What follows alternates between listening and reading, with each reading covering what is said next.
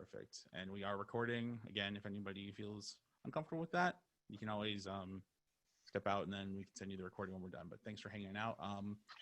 So first of all, welcome to our workshop on creating a booklet layout with InDesign. I thank you all so much for taking the time to carve out time to kind of hang out with us. Basically, the goal of this workshop is to walk you through the process of creating a booklet as it states, and then you'll learn a little bit about how InDesign works and some key things to look at. And then once we're done kind of walking you through it, you will have all of the assets that we used here today after the workshop for you to go and play with it. And then you'll have both myself and Valentin, who I'll let introduce himself in a second, to kind of support. So the way that I would love to work this, if you're cool with it, is that I'm going to ask that when you have questions, ask them as we go, but put them in the chat. And then I will let Valentin know when there are questions and kind of try and find good stopping points for that. So that way we're not all talking over each other. I hope that's all right. And, you know, lets you keep the anonymity that the internet provides. Nobody has to hear you if you don't want them to. But that's how I'd love to work it. And then the idea is we'll leave about 15-20 minutes for questions at the end, and then I think then it's more open season. We can use microphones and chit chat and things like that, but figure that will kind of help us get through the content. Does that sound okay?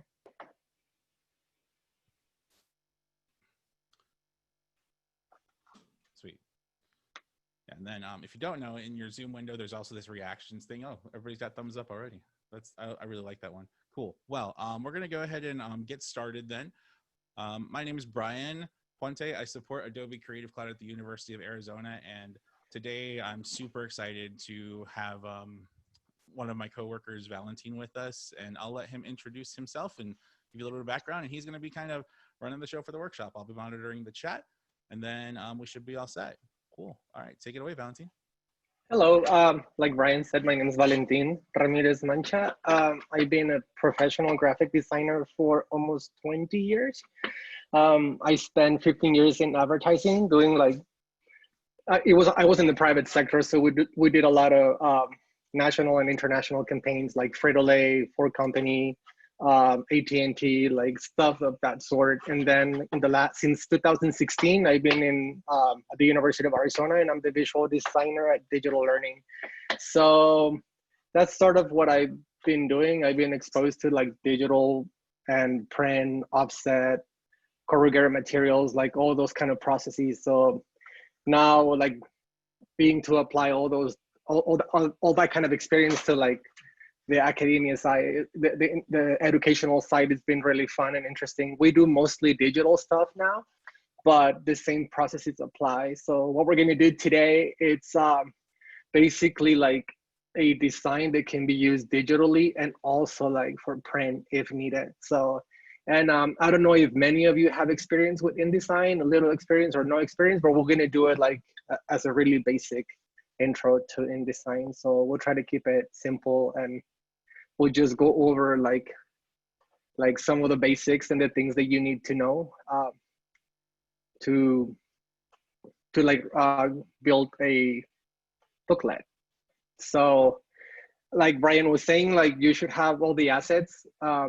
And I think once like the workshop's over, like it'll be easier if you go back and like maybe replay the video and then go over like these little steps.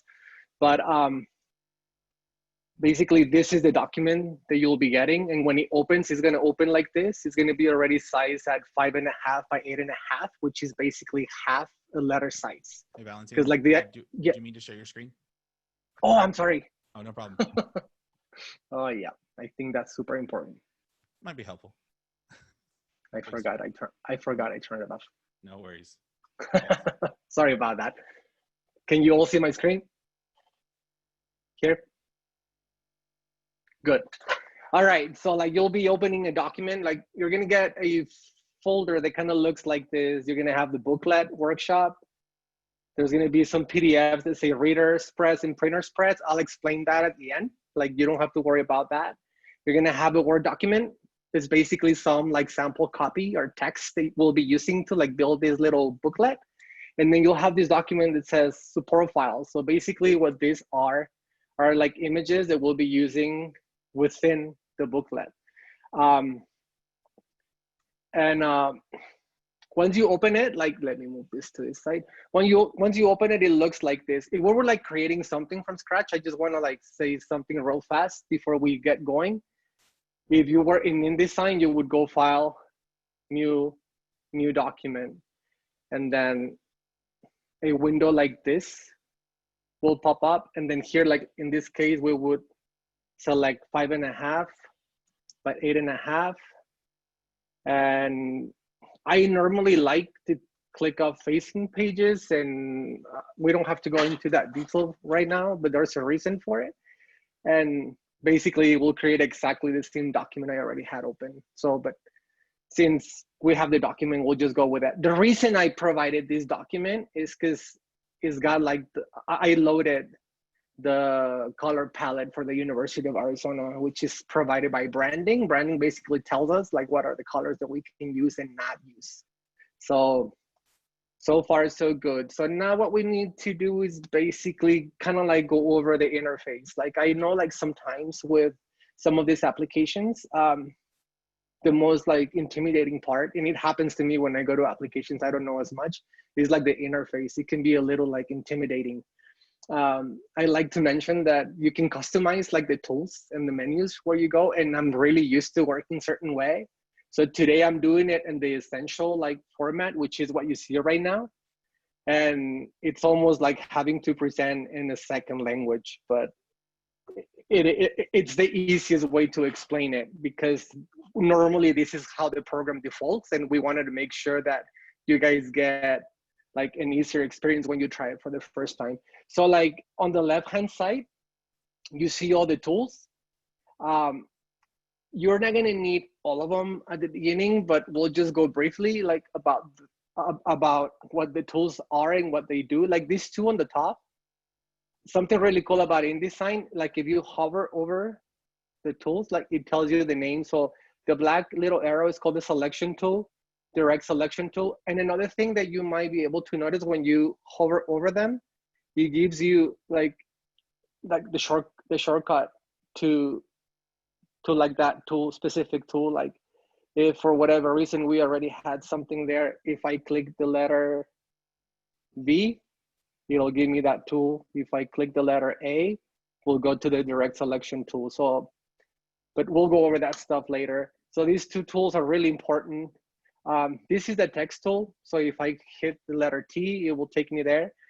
This is kind of like Word in many cases. So like in a way, like InDesign is kind of like a super powerful like Word on steroids that allows you to like do very specific things, like, but it kind of behaves in similar ways, in many ways actually. Every time you see that little arrow at the bottom means that there's something else under that tool. Like this one, like the type on path tool, like if you draw a line in an angle and you select that, you're able to follow the path with the text. So that's also really interesting and important. The line tool is something that most people get to use a lot. And something also like that we'll get to, like, are these two little lines. Like right now, like if you see that's the stroke and those are the solids. Like if I change that to the solids, it doesn't show anything because I drew a line. But like I said, we're just going over stuff here quickly. The pen tool is really important because it allows you to draw like uneven surfaces. The pen tool, the pencil, I don't use it as much as I do in other programs like Illustrator. We have the shapes. We can do rectangles, ellipse, polygons, and then you can also like modify those shapes to have like more corners, to like create like stars or things like that. But this is just like kind of like a simple way to start. Yeah, the balance. Can I add something else about shapes? Is that okay? Sure. Cool. Shapes you can also like fill with colors. I'm sure which Valentine's going to talk about, and you can also use them as frames for photos. Exactly. So you could kind of use those squares to kind of pre-fit what you want, how you want it, without ever putting an image in there. And then just to kind of mock it up real quick, and then you can pull in the pictures later. Yeah, so like that is what Brian was saying. You can fill it with color, or we can like empty it and then place a photo inside that shape. And if the photo is bigger than this, like it'll contain the image and you can only show what you want. So that's something really important about this. And we'll see that when we start working on the actual mock-up of the design part. And then gradients, gradient feathers. Eyedropper, it's something that I'll show you later. What it does is really cool. Like it allows you to select colors, and you can also do things with fonts and all that.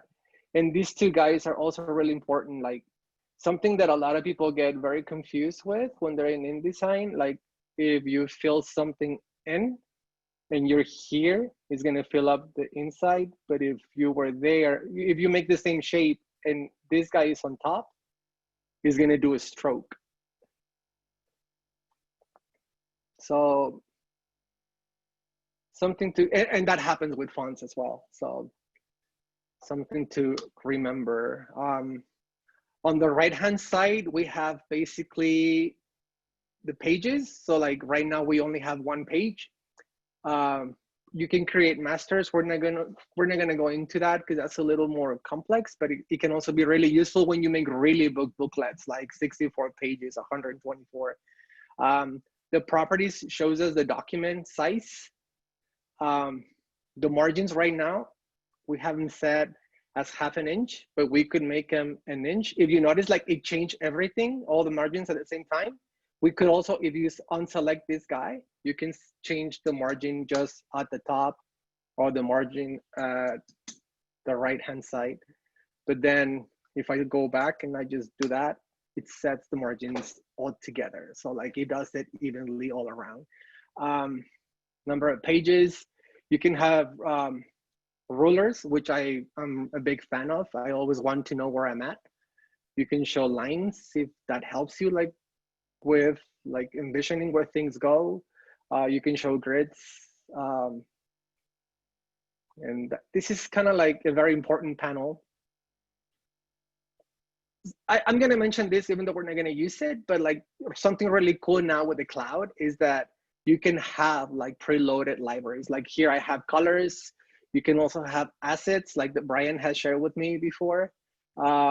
You can have images, photos. So you can literally have a whole project. Like right now, the way we gave it to you, you have it in a folder and you're going to have to call the images from that folder. But the cloud allows you to have everything on the cloud, and then you can either share it with other people and they can just call them from there as well. So that's something really cool about the cloud and how it handles like images and all that. So I'm just gonna leave it here. And then we go back to properties. And then we have these little guys right here. This is like the most important part of the interface. Like here we have layers. Like, I don't know if any of you have used Photoshop, but we can have different layers at different levels. So right now this guy is red. And if you see like how it looks green, it's telling me it's on this layer. If I wanted to move it to the first layer, I just click on this guy and drag it. Now it shows blue. If I made another copy and made it blue, oh, you see, like that's what I was saying about the stroke. So, and I want to put it on top. So no matter what I do, that one's always going to stay behind it because the blue is here and the red is here. So layers are super important. Once you get super comfortable with the program, sometimes you don't need layers. You can like work in 1 or 2 layers, sometimes one, because you also like something really cool about with Photoshop. I mean, InDesign allows you to like select stuff within, like you can have 5 items like on top of each other and you can select through, but I'm going to delete these layers. But that's something, working with layers allows you to keep your documents cleaner. Links, something that Brian and I talked about, and he said something that I thought it was really interesting. These programs are kind of picky when it comes to links. When you work in a Word document, you can select the photo, you can download a photo from the internet, paste it or place it in Word, and then the document doesn't care about that photo anymore. It gets embedded. These programs always want to know where your documents are. So like right now we're going to use this support files folder. So InDesign is going to be pointing to that document. So like if for whatever reason, like let's say you change this name to W support folders, it's going to break all the links. And the reason it does that is because these programs are used for print or high quality or web stuff. So like they need to know where the actual like original documents are. Also, you can go back and edit that image, add it, bring it into Photoshop, add something. And then once you go back to InDesign knows that you edited and it tells you this image has been edited, you want to update. You say yes, and then automatically replace it. That's why the links are super important. This is links. Stroke, when you make lines. And then basically here we can, the thickness, we can make the edges rounded. We can do like a bunch of different stuff with that, even change like the end of the arrows. Like we can have an arrow pointing at the beginning or at the end. So almost like any other, like all the other programs that you might have used before. Color and swatches. Here, like you can come up with your own colors, select your colors. And then the swatches, this is what we have preloaded already for you. So you don't have to worry about like having to come up with colors, but you could, like, let's say this is a color that you want, you just click, hold and drag, and then he adds it. You don't like how this one looks, you can either, and then say that, and it automatically changes the color. Right now it's in RGB. You can change the format to CMYK or any other format that you need it. Right now we're working on RGB because it's mostly for digital purposes, but sometimes when you're gonna send to a printer, they want like CMYK process. But this is basically kind of like the properties, the different tools and all that. Are we good with that? Yeah. So actually, I'd like to take a moment, if that's cool, Valentine. And Cool. there was a lot that was covered here. So we want to make sure that we feel okay about Exactly basically the general interface. The point of going through this is that the tools that we're going to be using and the way that we're going to go from here relies on on the different things that he talked about. So what questions do we have? Post them in the chat. Any questions? Yeah. This is your time. We're here for you. So exactly. Let us know what you need.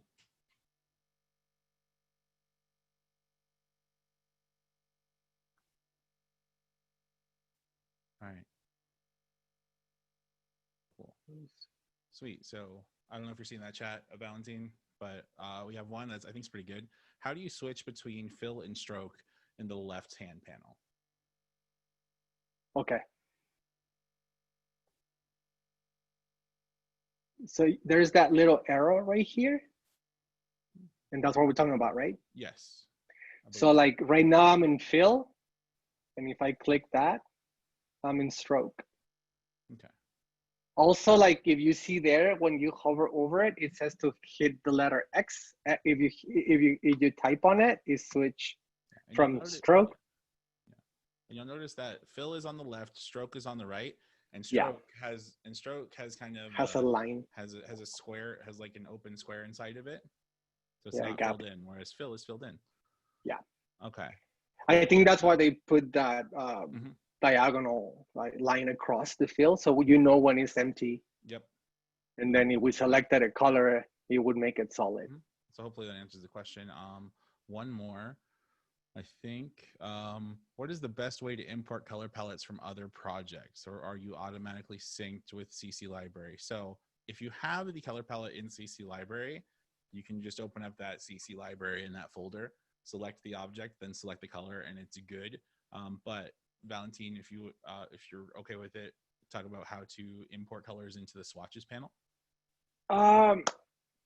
It depends how you have them. Like if you have them as, so you can load swatches through here, but you would have to have like the right type of format, like library build, which I think it's SVG. think I forget what the format is I for have it. But one that I can show you guys real fast. yeah, so if you have a import library there, you right click and then import to library. If not, I really like CC libraries because you don't, once it's set there, it's available on all applications. So that's the way that I would go. Hopefully that answers the question, Sean. For example, like this one, oh, ASE. Okay. Like if somebody shares a library with you, Mhm. like you would get, so if I select that and click, it would basically add the colors we already have. Cool. Also, like when you bring documents in from, like if you bring art from one document to another, like even if you copy and paste it, it brings the colors that you selected with it, Sure. and it adds them to the library. Okay, cool. The only thing that it can be confusing if you have colors that are very similar, have the same name, you might want to replace it, or it creates a duplicate of the same color if they're named differently. Yeah. So, we have one other question here, and then I think we'll Cool. get started with it. Do we automatically have access to the UA color palette? You don't have it automatically. Brand has all the colors for you in the InDesign document that you have. All They of are. the base colors are in that document. And Yeah. I could probably make a CC library with all those colors. I have it. Okay. Well, we I can. can share it. Yeah, we can share it after the workshop. Would that work? Would you guys like Yeah. to have access to that color palette? For some reason, I'm not seeing the chat Huh. because I could put it there. Sure. So Should I send it to you on Slack? yeah, you can send it to me on Slack and I can dump it in here. That's fine. Cool. Cool. Yeah. All right. All right. Sweet. These are great questions, guys. Thank you. Yeah, so no, much. they're great questions. Yeah. Yeah, and to Jade's point, I think that if you go to brand.arizona.edu, is that what it's called now? You can request it. You can request it, and they can send it to you as well. But if you Sometimes they take sometimes they take a little while, but they do get back to you. Library, we can get it to you. Yeah, Valentine, if you want to kick that over, I'll throw it in the chat real quick. Yeah, I'm about to send it to you. Sweet, and then we'll take any last minute questions before we move on to the actual building of this document. Thanks for giving us a moment to make sure that you were aware of where the interface is, so that when Valentine's clicking all the things, you know where they live. And I'm still gonna try to say what I'm clicking on, Sure. so like it kind of like reminds you what that was. Brian Puente here. Cool. You should have that library, Brian. Let me know if you don't get it. I got it. Cool. Cool. Sweet. And if at some point, like while I'm going too fast, like just let me know. Feel free to like put something on the chat, and Brian would like stop me or ask me or whatever.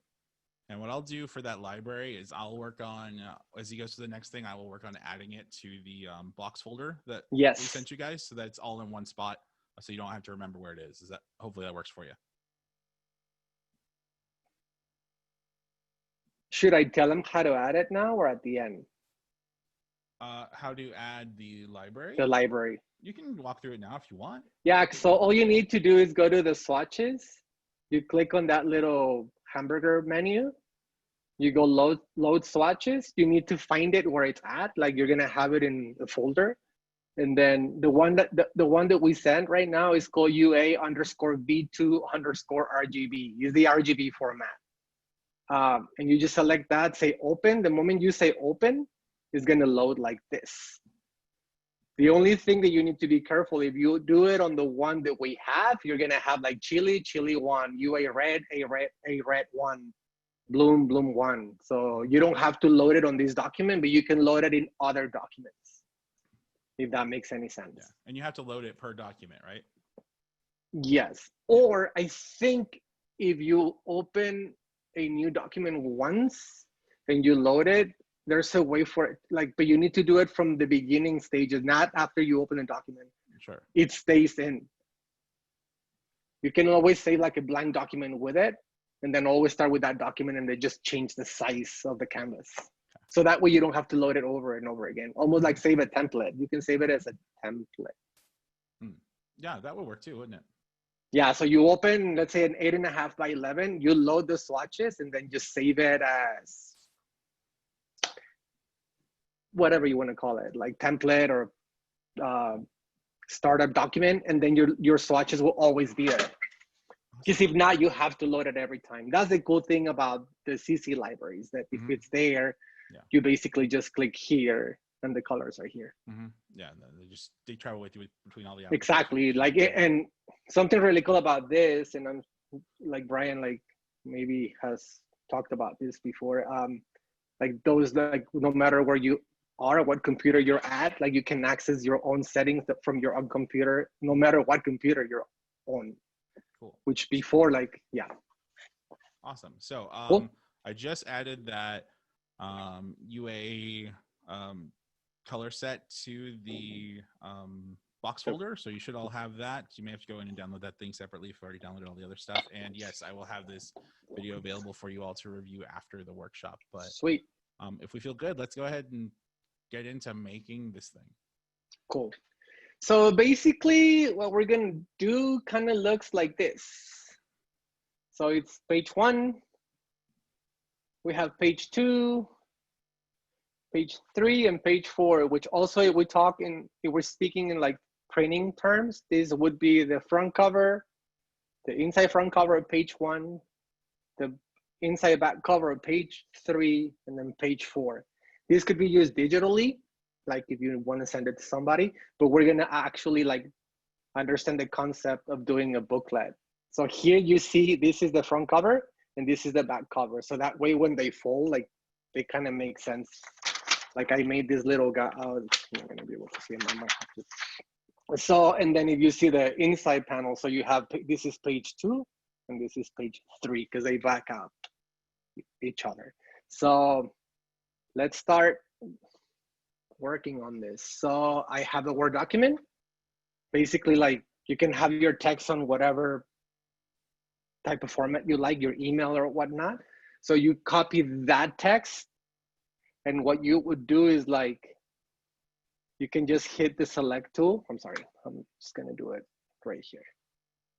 Select the type tool, and then I'm just gonna copy from the Word document and I paste. It comes in like this. And then now we go to properties. Here we have the type. I'm gonna use like the new type that we're using at the college. It's called Proxima. You can use whatever type you want. Like I didn't want to make it too complicated with the types, so that way you have flexibility and use whatever you want. I'll just select whichever of this. And then here we have all the different styles. I'll just use regular. Okay, this is not the one we wanted. This is the one we wanted.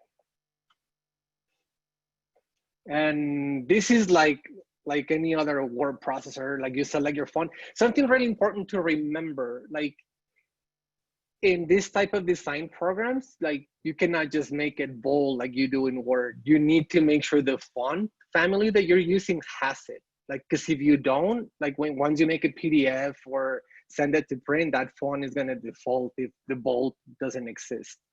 So in this case, we're using that. This is something I like to do. Like once I have the copy, like I like to bring all the copy together and then just move it to the side.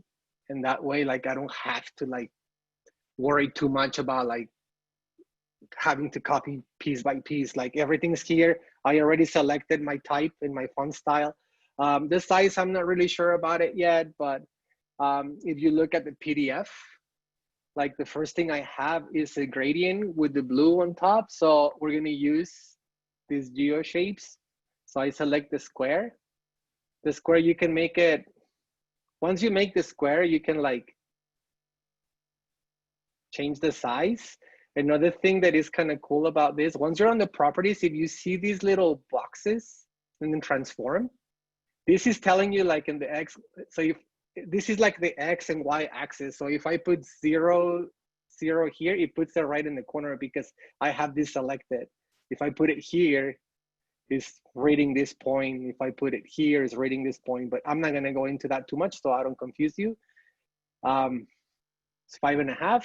And now we're gonna go to the swatches because I wanna use that blue. Once you're here in the swatches, fill, if you click on it, you see this guy right here is the gradient.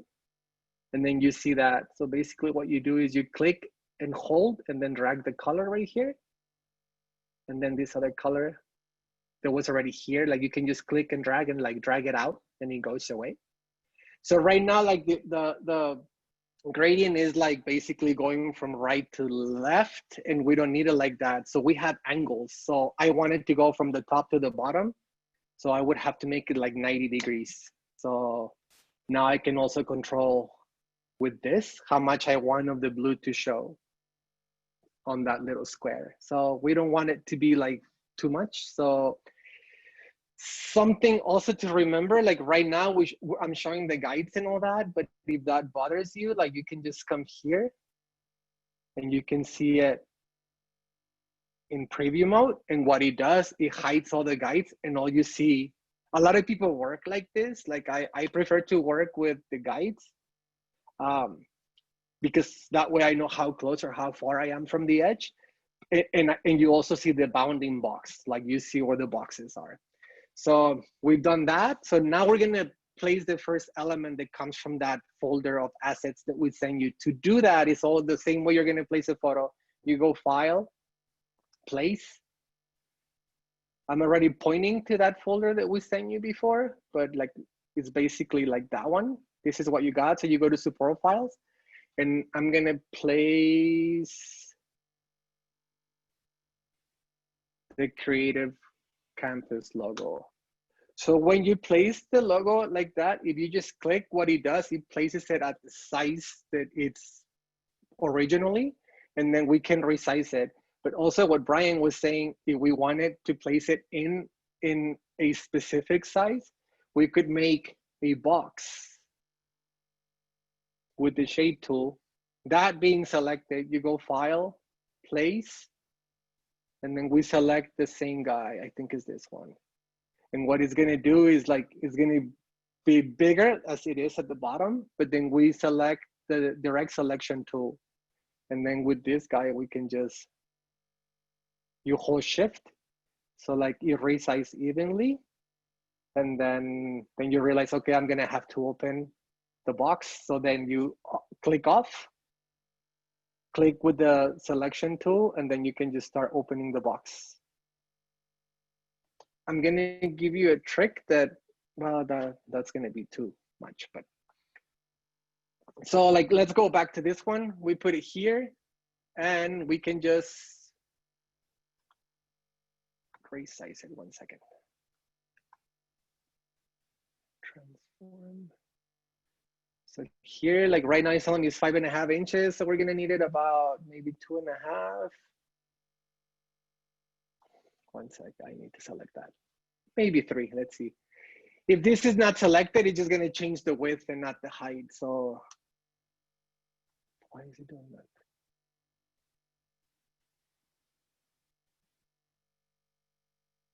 Give me 1 second.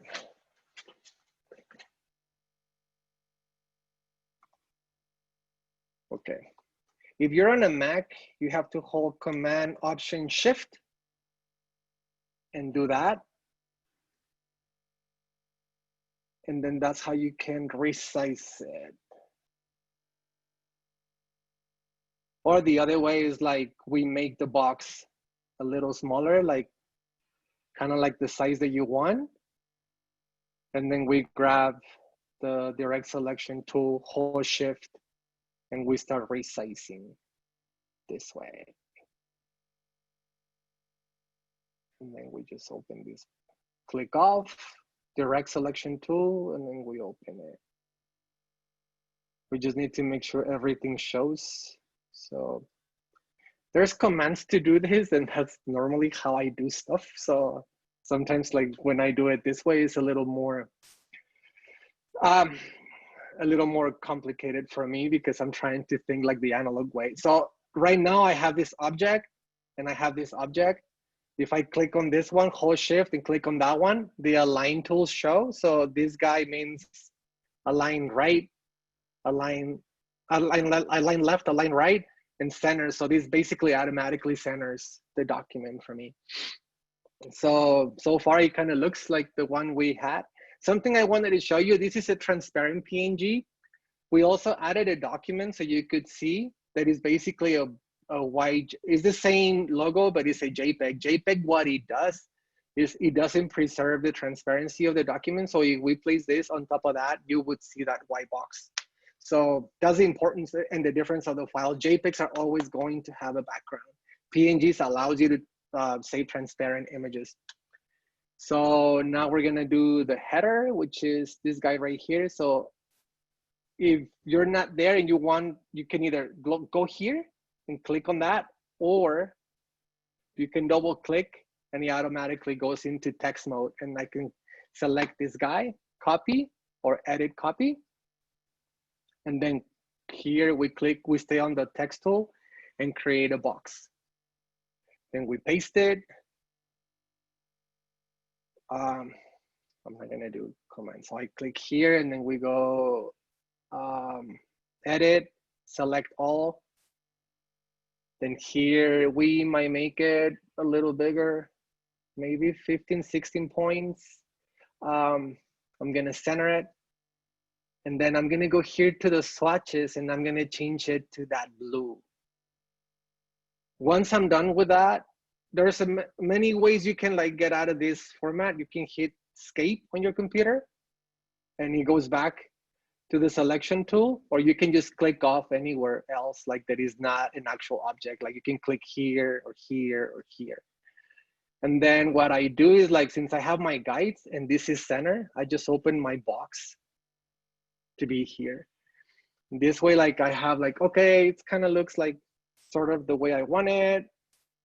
And I moved it. I want the text to break around here. So I just bring the cursor here. I hold shift and hit enter. You can also do just enter. And then I do that. Something to remember in InDesign, when you have text and the text goes over the box, you're gonna see that little plus sign. So that's something to remember. Also, before you make a PDF and that's happening somewhere in your document, the PDF will tell you that you have overrun text. That's what they call it. So this guy's here for right now. We hold shift and move it up. When you hold shift, things go up and down straight, like in an axis. So I'm gonna place that there. So now we're gonna place that image at the bottom. So we go file, place, and now this is it. The way I make that image pop up, I hit the space bar. When the space bar allows you to see previews. And if you move the arrows up and down, it shows you like the next image, the next image, the next image. So just so you don't think it's something that InDesign automatically does. So same thing, like if we do this, the photo is gonna come in the size it was. But then I kind of have a preconceived idea of how big I want this image to be. And based on what we did, I'm sorry, I think I'm gonna select the frame tool. I'm gonna make a box because I kind of need it to be this size. Once that's created, I go file, place, find the image, which I already know it's that one, and it's gonna come in super big. So now we select the direct tool, and this is the cool thing about this tool, that once you click on the box, it doesn't select the box, it selects the image within the box. Does that make sense? And now I can grab one of the points and I hold shift. The reason I hold shift is so it makes the image, it resizes the image proportionate. If I don't, the image gets distorted. And that's a big no-no. I think we do that a lot. Hey, Valentin, can I add one thing? Of course. Cool. So after you're done doing that, would you mind undoing it real quick? Yeah. Cool. So if we just bring in the image initially, and let's say that it's too big, when it's selected, so you bring the image back in, actually, everything before you resized, if you don't mind. No. So with the frame first and all that stuff. With the frame? Yeah. Cool. Cool. Just wanted to share one. Are you gonna do when it fits the image to the frame? Yeah. Just cool. Like the frame fitting options on the right hand side. Yeah. I think is a great way if you don't know, like you want the whole image, but yeah, that's all. So on the right hand side over there under text wrap, you'll find frame fitting. All your frame fitting options directly below that. Yeah. And then the first option there is Proportionally. fill frame proportionally, and that will just take it and not change the size of the frame and make sure it's filled with the content when the frame is selected. Yep. So that can be kind of a great way to get your whole image in that space. But yeah, the direct selection tool is great for resizing within it and being able to kind of hide the parts of the image you don't want people to see. So like I was saying before, like I work with commands, like I don't really use like a lot of the menus. And the way you do that, if you use commands and you're on a Mac, is Command Option E, and it basically fits the image proportionate to that size. Yeah, so lots of ways to do the same thing. Is a lot of ways to do the same thing. Like I was saying, like I feel like I'm presenting in Russian because like I don't know exactly where the menus are, but yeah, that's what happens. We've been using the applications for so long. So it's kind of like there, but we need it a little bigger than what we're showing right here. So I'm going to use the direct selection tool again, this guy right here.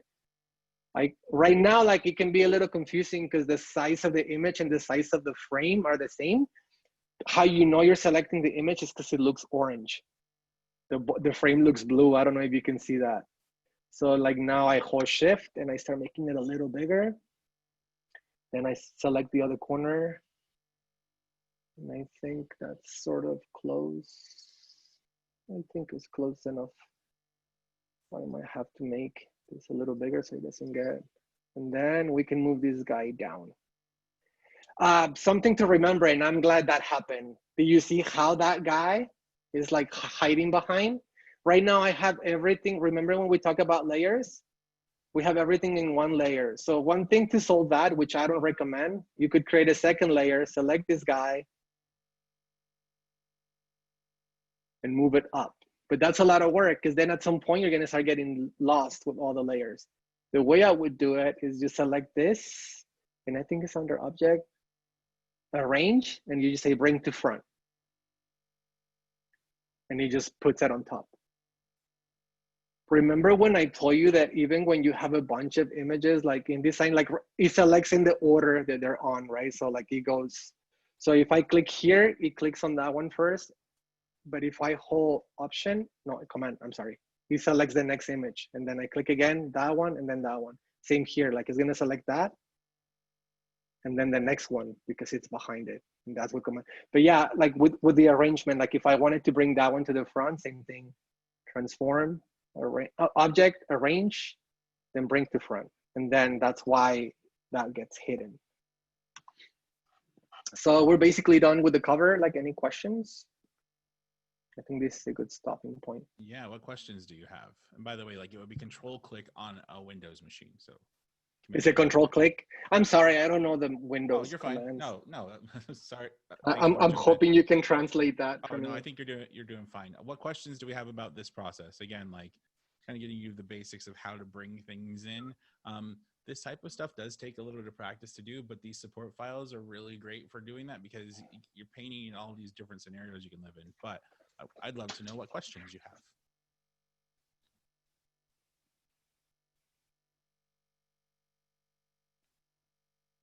How do you toggle quickly so that to go from guidelines to no lines? So I think they see on your interface, like they're seeing. Oh, that I just, okay. Yeah.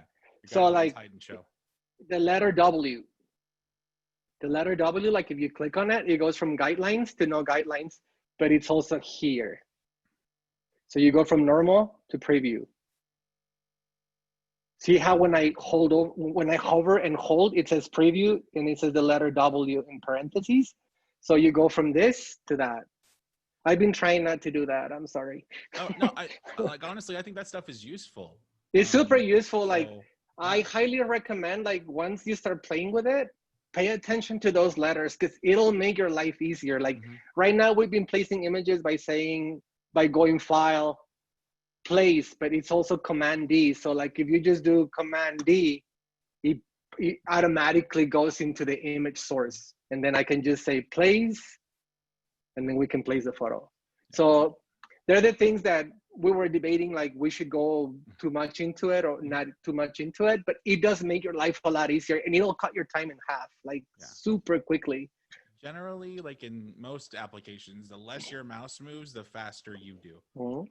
So if this is something you're gonna be doing a lot of, looking up like a quick keyboard shortcut guide for things you want to do, or just going into the file menu, like Yes. and looking at the things that you like to do all the time, can be really helpful. Just jotting those down. Like I know when I was learning different applications, I just had like a little like sticky note just on like on the bottom left hand side of the screen that just was keyboard shortcuts for these things that I do all the time. So When I work in advertising, like we had to do everything so quick, right? Like stuff that students get to do like a poster in 2 weeks, we have to do it in 2 hours. So we used to print like all the shortcuts and like stick them to the side of the computer.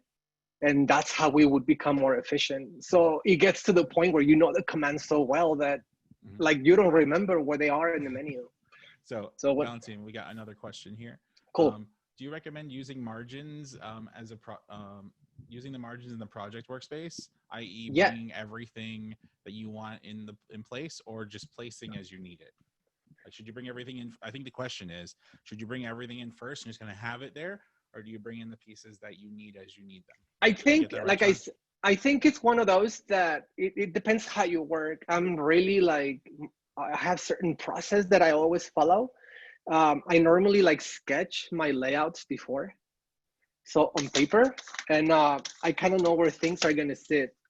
So even if it's like a really small thumbnail, so what I like to, so like for example when I'm designing, I don't think this is gonna work, but yeah, but like I like to make little, so I kind of know where like the boxes go. So sometimes I make the boxes first and then I start bringing photos, because I kind of, you can even make the boxes where you know your photos are going to go, paint them with the color like Brian said, and then start like flowing the text, and then you can start bringing the photos in. And sometimes after you do that, like you change your mind and you start like moving stuff around, but the order does not matter. The margins are super important. Something you always need to remember: if you're going to print on a regular printer, printers don't print all the way to the edge. So the margins are good to know. You need at least a quarter of an inch is the least you should have. Like anything you go beyond that point is not going to print. Yeah, cool. Does that answer the question? Yeah, I think it did. What other Okay. questions do we have about this before we kind of move on to the next space? Again, like we cover, these workshops tend to cover a lot of ground. I want to make sure you guys feel all right, kind of Yeah, where we're exactly. going. Cool. And Monica had asked if like a keyboard shortcut guide would be helpful. I will add Yes, that to the Google Doc after the workshop. So everything that you have, just go back to that link. It should be updated those are fantastic. Like pretty you'll soon after the never workshop's over. regret. I wish I could just do it like that, but it would be really hard to explain. Cool. Cool. All right, so we're moving on to page two. Page Awesome. two looks like this. So if you look at this page, it looks a lot like our first page, right? So we're all about efficiency and saving time. So there's two ways you can add a page. We go back here to this panel and you go to pages. So you could click on this plus sign and automatically will create a second page. But why do that when we have the ability to click on, because we need this guy and we basically need this image as well. So you can click on this page, click and hold and drag it to that plus sign and it will duplicate it. Or I think you can right click. Yeah, you can right click and say duplicate spread. Like Brian was saying, there's like 100 times to do the same thing. And I think they do it because people work in different ways. So once we are on the second page, like as you see this, I'm highlighted. This page is the one that's highlighted. So I know I'm on that page. So now that I'm looking at it, we don't need the logo. Oh, and just so you know, everything that's on that spread, which I had that text on the side, comes with it.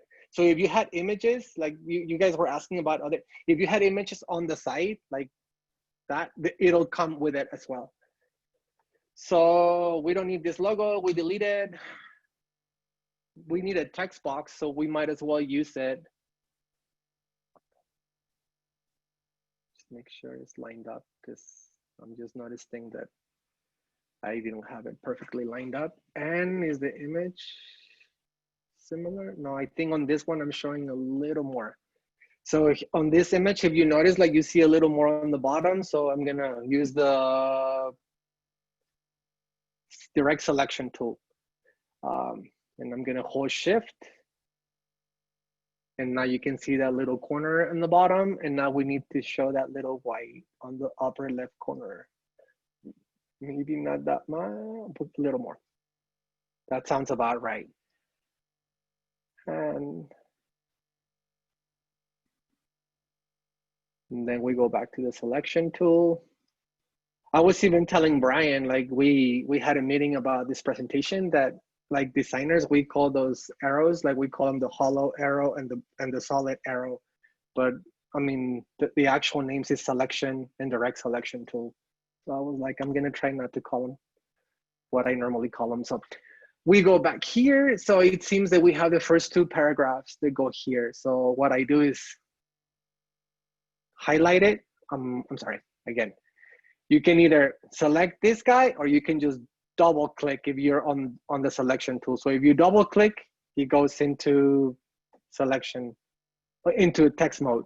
So we select that, edit, copy or Command Z. And then we go back to here and we're not gonna need that title. So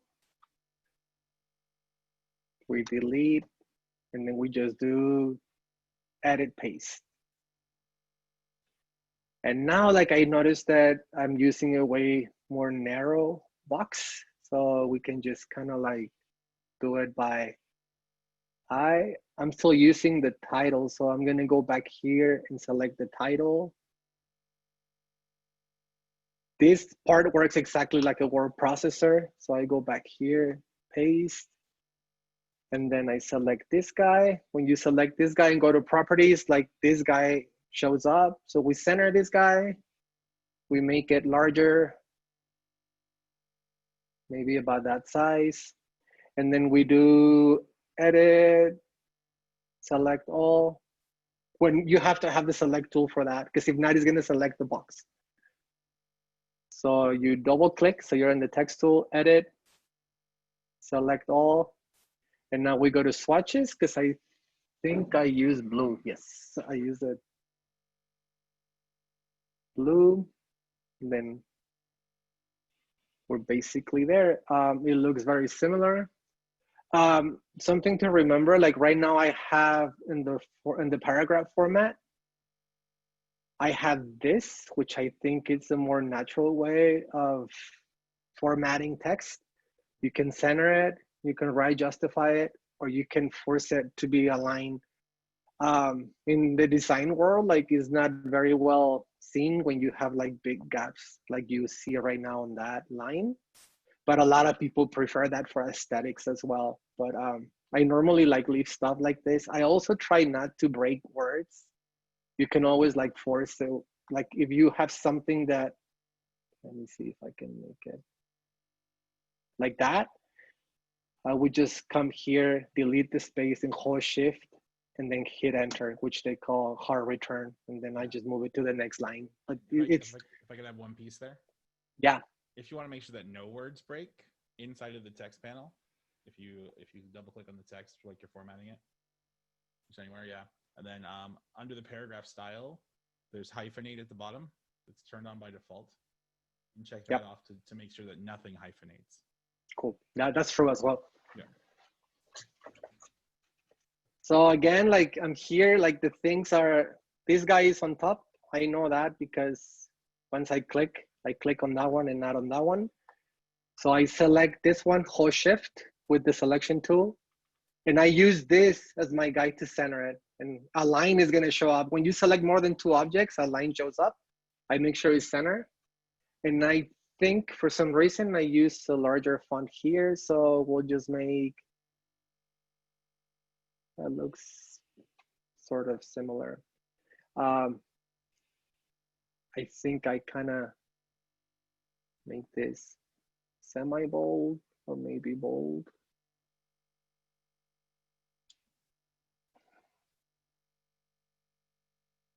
And then we can do that thing where they don't hyphenate and then it does that.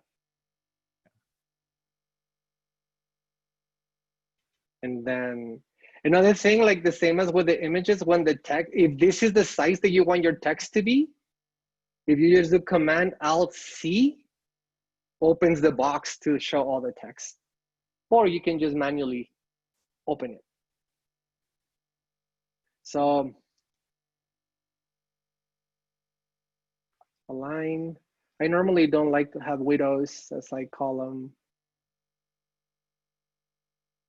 So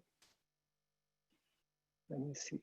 I'm just gonna maybe go 1 point larger. I think it might be too big, but I think that's fine.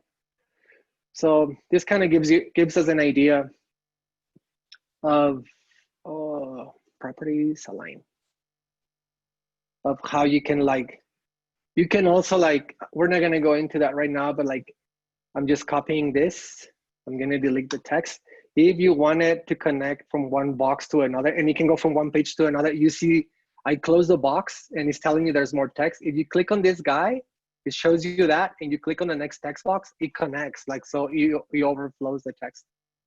So if I open this, it goes to the top. Yeah, and that's yeah, but we don't have. Yeah, and that's really great for connecting the start of an article, if you have multiple pages and you had a continued on page 4 type of thing, old newspapers.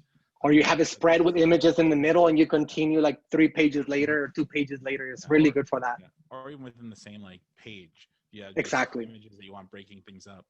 And then it's being asked, can you demo that one more time? The text? Yeah. Cool. So if you want it to be exactly the same size, what you can do is you select the selection tool, edit, copy, edit, paste. Yeah. So yeah, keyboard shortcuts are great for this. Command C, Command V. Exactly. V. And then you delete the text from this box, select all, delete. And then now you have to force this box to hide some of the content, so you can see that little arrow. You click on it and then this guy shows up. Just click inside the new text box. Yeah. And that's it. Yeah. And generally, if that's what you think you want to do, what I would recommend, and Bounty, I'd love your thoughts on this because maybe I'm off base here. But what I would recommend that you do, and you'll see that it's changing dynamically as he changes the sizes. Yeah. If you know that that's what you want to do, I would go ahead and take all the text that you want to be kind of strung together and copy it and paste it into that initial box. Yep. Then you can just create additional boxes and then just click and drag click on the plus and then drop it on the I think is the best way, Brian, because that way all the text that goes in that page is already there. And because you can, just so they know, you can link to 15 different text boxes. Or 2 or 3 or 7, it doesn't matter. So you can always you just need to remember, you just kind of need to. That's how I do it. Hopefully that will work for you. Cool. Does that work? Yeah. Okay, so we're done with page 2. Any questions about this one? Yeah. We're good with time, right?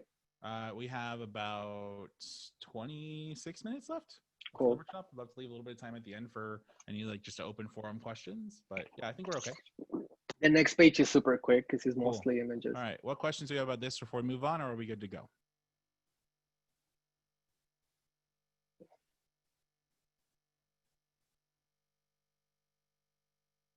Okay. Give it another 5 seconds or so to see if anybody's furiously typing. Cool. Hopefully this has been helpful and you guys are learning a little bit about what InDesign does. That's kind of the intent of the workshop. Yes. Show you how you can do it. But we'll go ahead and move on and we'll work on wrapping up this thing. Okay. So third page is content and an image. Again, like I said, we still gonna need this guy. So might as well do what we've done before. We click and drag it to the plus sign and he brings that. We're gonna need a text box. So it's good to have this guy here. We're not gonna need this at the bottom, so we can select the selection tool, delete it. And here, what we just did before is gonna come in handy. So in this one, we are gonna have the text from the 3rd, 4th, basically the whole thing. And like Brian was saying, we copy, We click here, still on the text box. We select Command A, selects all. Command V, paste. So this is all the text we need.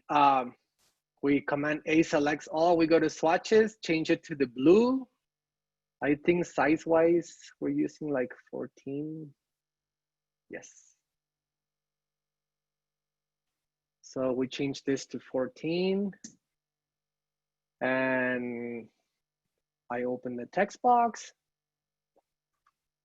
Okay. So that's cool. So now we have that other image. So in order to break that text box, we can do two things. We go to place image. That image is going to be this one right here that we got from Adobe Stock, which they have really awesome images. And we can place it, but as you can see, it's humongous. And there's no need for that. So we can just go and kind of like make the frame, which I think I selected something kind of wide and narrow, like wide and not as tall. And then we go place, file place, select the image, and then we can select frame proportionately. So as you can see, like it cuts that, we open it a little bit. But here's the thing, like I actually, what I want, there's something I wanted to show you here. Like if it does that, I think it's gonna get bigger than I had it originally. So what I'm gonna do is I'm actually gonna force it to be more like that. So we have that space. And there's a reason why I wanna do that. So I kind of wanted the image to be more like, and when I say the image, I'm talking about the circle part. I kind of wanted it to be like that. Because there's something really cool I wanted to show you, like the eyedropper. Like what the eyedropper is, we select the selection tool, click on this photo, and we open it like I did. The eyedropper allows you to select colors, but they need to be solid, like in this case, right? The eyedropper is this guy. So if I have the image selected, it's telling me like there's this white space because the image ends right here. But the background is solid, so I can take advantage of the eyedropper. If I select the eyedropper and click here, it's gonna fill in the box, this with this color. And I think that's something really cool. I select here, like it's telling me the image finishes here, but you have changed the color of the box to that. So that's something I wanted to show you. So here we have the text, right? So what happens, like it doesn't fit, like the image is in between. So we can do two things. We can close this guy, copy it, paste it. We go to the second, select all, delete. And now we do that little thing we did before. Click, click, and then the text just flows to the next page. So here I need to open this one. So if this guy goes, let me go to the other mode. That's one way of doing this. Then I think here I made this a little smaller.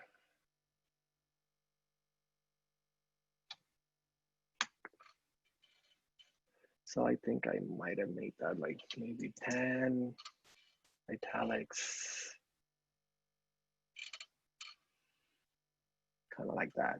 So we can do it with like two text boxes. We can also do it where we click on this guy and then we tell it to wrap around the object. So if this was only one box, since it's wrapping around the object and I open this and it goes behind it, the text automatically like skips the photo, if that makes any sense. But that's basically it. Are there any questions about this page? Yeah. And then text wrapping is you can also like add it, like if right now it's by default, if you go to text wrap here, like you can tell it, okay, I want a 32nd of an inch, an eighth of an inch, a quarter of an inch. Yeah, so text wrapping wraps around the object. So the options for text wrapping are on the picture that you're selecting, not the text box. See, like that, if I close that object, it kind of text wrap around this way. So I just wanted to show you that. that there's the two options you have. I think we're coming into the home stretch here. Cool. So like I said, I want to leave like 10 minutes or so for questions, but the last page is going to be 2 seconds. Awesome. Cool. You want to go ahead and work on that, and I'll just see if there are any Okay. questions while you do it. Well, I'm going to let him work on that. And sure. Any questions, and I'll interrupt him if there are questions about what he just talked about. So the last one, I'm just going to add a new page because it's basically a color, a logo, and image. So I'm just going to make a box, a frame. Oh, another thing, real quick. I know it's 5.5 by 11. If you click on the frame and then just click here, that pops up, and I know it's 5.5 by 8.5, and it makes a frame that size. I go to properties. I'm in this corner, 0, 0, and aligns it. Go to swatches. We make it sky. Now we're gonna go to file, place. Now we have that same logo, but since Brian's really awesome, also provided the logo reversed out, which I think it would look cooler here. So we place it, and maybe we're just gonna make it a little smaller.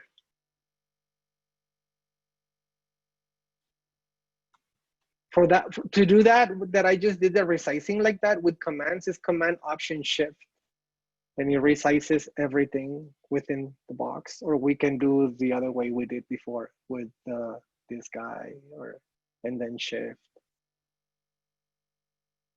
as well. It's just important to know that there's many different ways of doing this. Then I select selection tool, select the logo, select the background, I center it. And then we're gonna place a photo. So we make another frame. It's about that size, maybe a little smaller.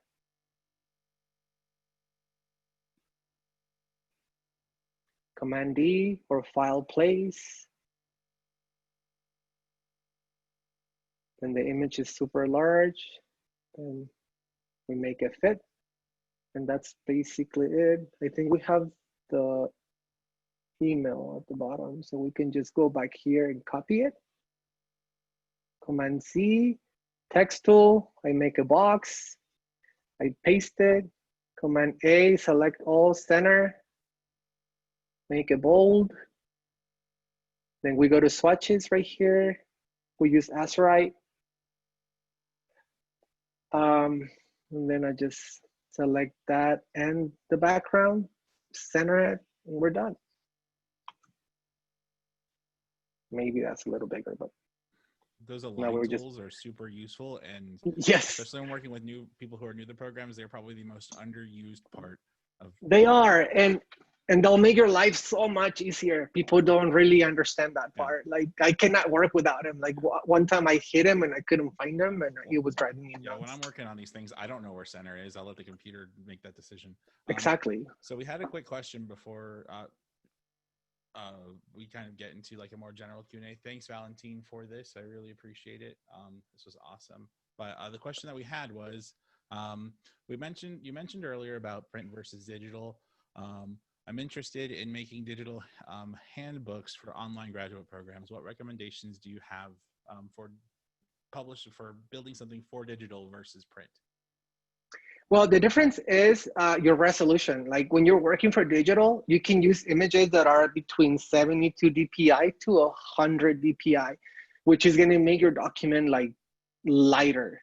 Mm-hmm. For print, you need 150 dpi to 300 dpi, which the same document can go from few megs to 100 megs. Mm-hmm. And that's mostly the difference. Yeah. Also for digital, like you can use this format. Like if we were to export a PDF, your PDF would look more like this, right? One page after the other. For print, after we did this, we would have to make a booklet that would have to look like this. If not, it would not back up right. Yeah. So if you were making a new document, you would want to probably go under the new document template and then choose a template that's in the web settings. And then from there, that will help set you up. That too, that's another way. Mm-hmm. Let's see. What else do we have? let's see. When resizing an image, is it okay if we just jump into Q&A, Valentine? Yeah, of course. Cool, sweet. Because we got a few of them. When resizing an image, can you show an easy way to resize while keeping the same scale? So how do we scale uniformly? I can show that, or actually you can do it. You can show it too. Right, it's cool. fine. Yeah, if it's Oh, I closer. can see the chat now. Yeah, there you go. Sweet. So sorry about that, people. So basically, Valentine, what we're looking to do is use bring in an image and then scale it proportionally if we need to make it smaller. So like we brought an image full size, we need to make it smaller. What's an easy way to do that?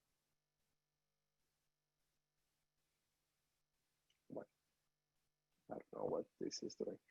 So like, let's go to the last page. All right, so cool. We are bringing an image.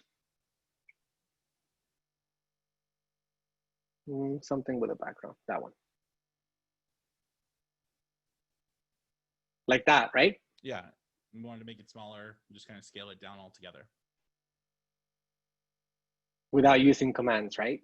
I bet we could use some keyboard shortcuts. I think it's okay as long as we know what they are. So if your image is here, you can do Command Option Shift. You hold them down at the same time and you hold the corner, and that's gonna make your image proportionate smaller. So we Command Option Shift or Control Alt Shift on Windows. Control Shift, yeah. And then just grab a corner, click and drag. That will make it that way. Hopefully that answers the question. Besides, it's good to get comfortable like with a few keyboard shortcuts anyway. Yeah. Yeah, just to know that you can do them.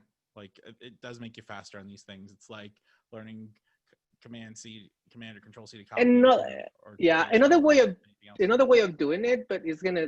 I mean, it takes more clicks. You select the image, go to Object, Transform, and then you go Scale. And if you know you want it exactly 50%, this guy needs to be selected, because if not, it's just gonna change the X-axis and not the Y.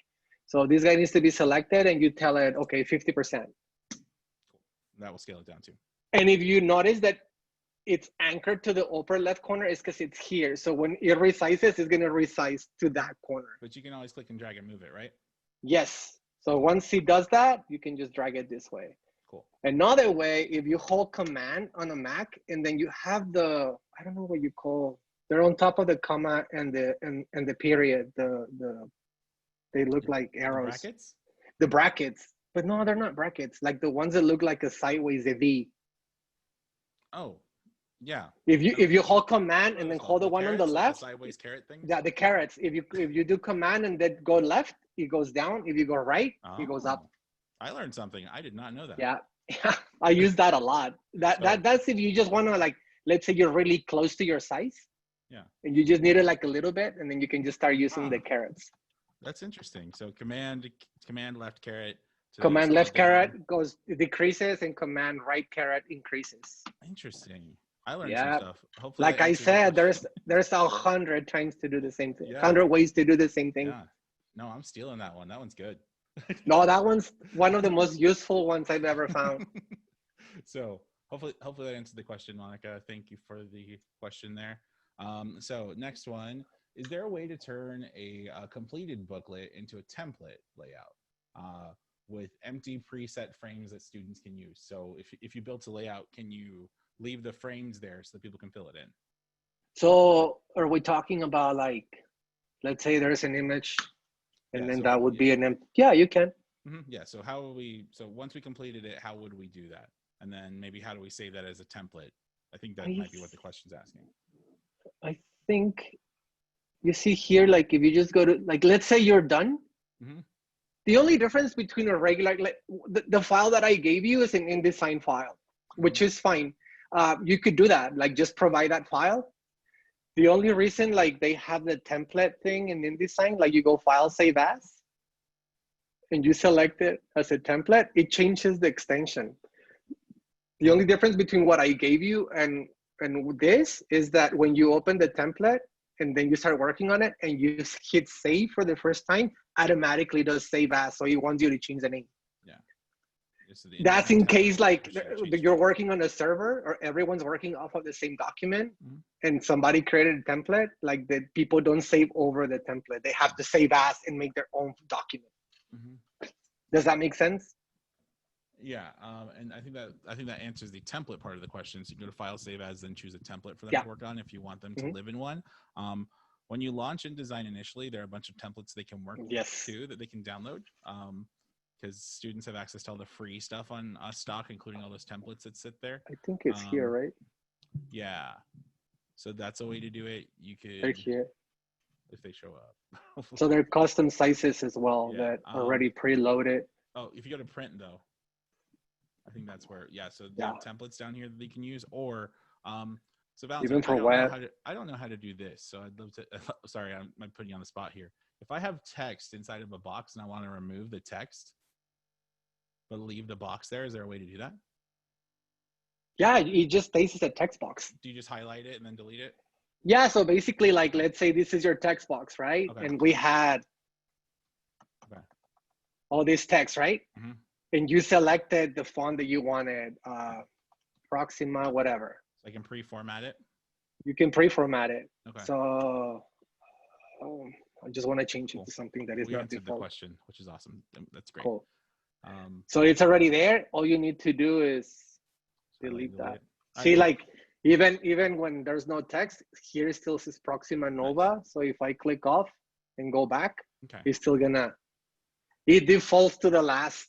So even though there's no text, it's the program. If you package this document for print, it would pick up that font that's being used. Yeah. So awesome. All right. So the next question I have is for basic beginner level skills and learning the functions in InDesign. Since in-person training is not possible, are there resources or training you recommend? I can take this if you want, Valentine, or sure. All right, cool. I think you're better at that than me. Awesome. I'll probably share my screen then if that's okay. Sure. Bounce back and forth. So I just have one quick question. Are we gonna show him how to print the double-sided booklet? Which we don't have. If they'd like to know that, yeah. Sure. Yeah, I'll answer this, and then we can wrap up with talking about printing a double-sided booklet. If you guys would like to do that, let me know. But I'll go ahead and answer this question real quick. So I'm gonna go ahead and share my screen here. I need to stop share. 1 sec. Yeah. Yeah. Thanks. Awesome. I'll take that. Then we'll come over here. All right. Sweet. And hopefully you guys can see this XT document right here. Do you see that, Valentine? Yes. Cool. Sweet. So I updated the Google Doc with the keyboard shortcuts there, but we asked like what are ways to kind of learn. One thing I would highly recommend, actually I left a link for it, is this tutorial page here. It's just if you go to help.adobe.com and then select InDesign, it's here. There's a beginner section. Whenever somebody says, I want to know a software set, I'll turn on my camera. Inside out, upside down, and backwards. I love the Getting Started series for these guys. And then inside of the Creative Cloud application, if I can pull it up here. Let me see here. They change these things all the time. There's a Go to Discover section. I'll pull that down here. I'll walk you through it. And then they have project ideas here along with tutorials and things like that to kind of help you get started. But this help section is great. This Get Started with InDesign I love because you have project files to work with, and it walks you through opening a new document, saving documents. It kind of walks you through all the pieces that you need to feel comfortable working inside the application. That would definitely help support what we talked about here. We will be providing like this, but we will be providing other training through the semester, and we will include InDesign in that. But I really like the Adobe's help website, and that's already on it's already on the Google Doc. The other thing that I like is that Adobe just launched an Adobe for Education YouTube channel.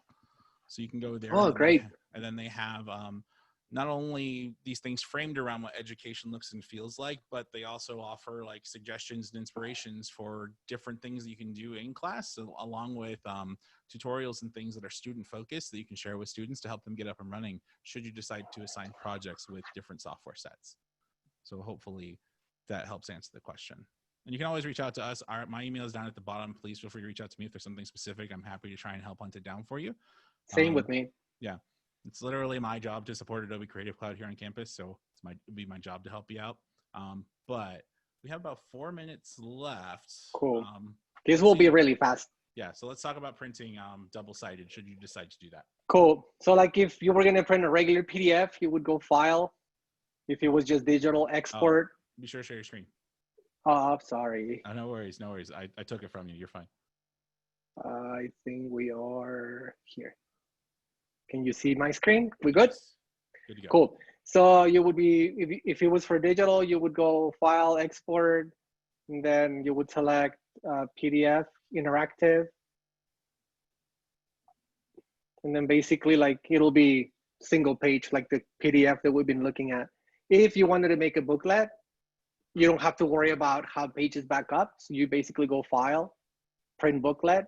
This section can be a little complicated, and I'm sorry about that, but printing kind of sucks.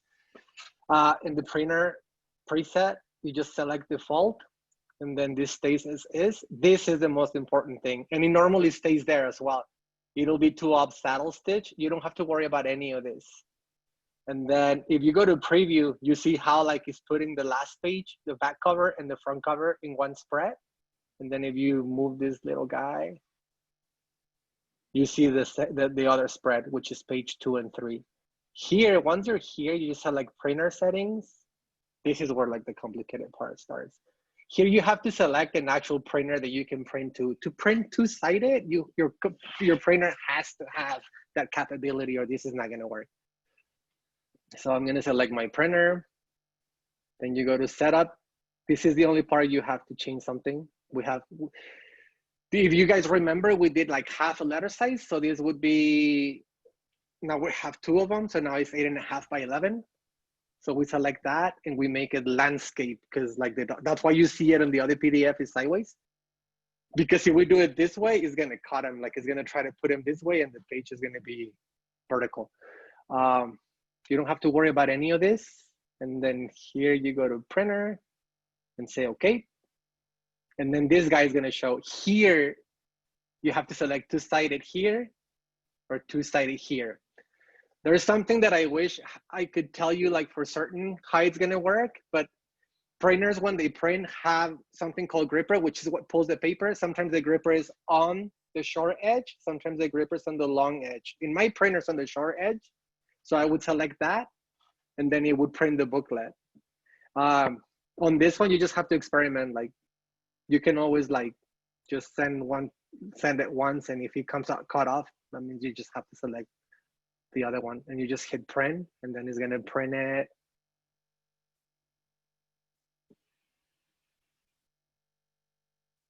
So you'll have these 2 guys print it, and on the other side is gonna print this and it's gonna read like a book. So front cover, page 2, page 3, and then back cover. Yeah. And that's it. You can staple it. What I do when I'm at home, like I use this like a cushion. I put them on a cushion and then I open the stapler and then I staple it. And then you can just fold the staples with a butter knife or with your nails or however. Awesome. I use my nails all the time, so. But very that's cool. In case you want to print. This comes in handy when you have 64 pages because he can print a book for you and all you need to do is put one next to the other and then you just fold them and they all fold right. Yeah. No, that's awesome. This used to be done manually. Yeah. Cool. Well, I do want to respect time. It is almost 12 o'clock. So Valentin, we will hang around for a minute to answer any last questions. Cool. Absolutely. So I'm going to go ahead and end this workshop kind of properly, but we'll be around to answer any questions that you guys have. I'm so glad that you guys got so much out of this. My name's been Brian. This has been Valentin. Thank you so much for hanging out with us. And we will get this recording to you after the fact. And we hope to see you in another workshop. I'm going to go ahead and stop the recording right now. And then we will be around. We'll hang out to answer a few questions. All right. And reach out if you have questions. Like yes, really, we'll help out. Yeah, I love to do it. Valentin's super knowledgeable. Because we know it's overwhelming. Like I know, like yeah, it's a lot. It's a lot. Cool. All right. Thanks, guys. Hey guys, this has been really